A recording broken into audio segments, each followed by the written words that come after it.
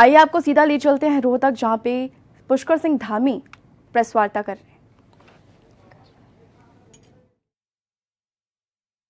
विकास और समृद्धि की गारंटी देती है, शांति की गारंटी देती है, निष्पक्षता की गारंटी देती है, पारदर्शिता की गारंटी देती है। एक तरफ तो यह है और दूसरी तरफ कौन है?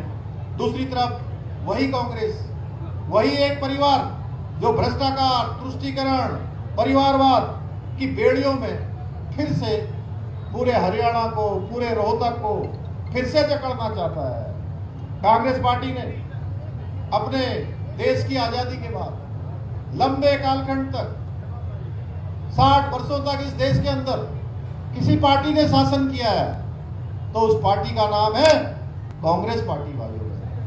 भ्रष्टाचार को जन्म देने वाली कोई पार्टी है, भ्रष्टाचार की जननी किसी पार्टी को कहते हैं तो उस पार्टी का नाम है कांग्रेस पार्टी। और इसने देश की जनता को लूटने के सिवा कुछ नहीं किया है। चाहे वो दिल्ली का एक शाही परिवार हो, उनके शहजादे विदेशों में जाकर अनाप शनाप बयान देते हैं, या आपके रोहतक में चमचों का परिवार हो, इन लोगों ने केवल और केवल अपनी जेबें भरने का काम किया है, अपने घर की तिजोरियां भरने का काम किया है। कांग्रेस के शासनकाल में रोहतक हो या पूरा हरियाणा हो, भ्रष्टाचार चरम पर था। हर जगह हुड्डा सरकार के दलाल और डीलर जनता की जेब काटने के लिए 24 घंटे तैयार रहते थे।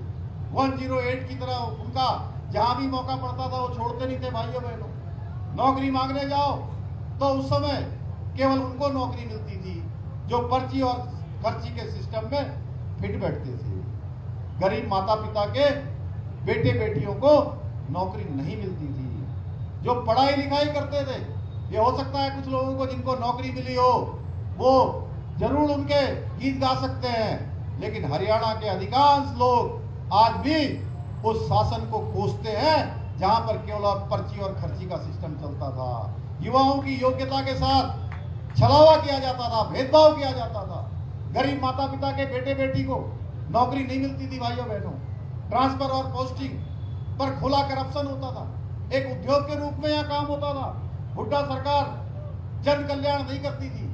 हुड्डा सरकार जन कल्याण के बजाय दामाद कल्याण में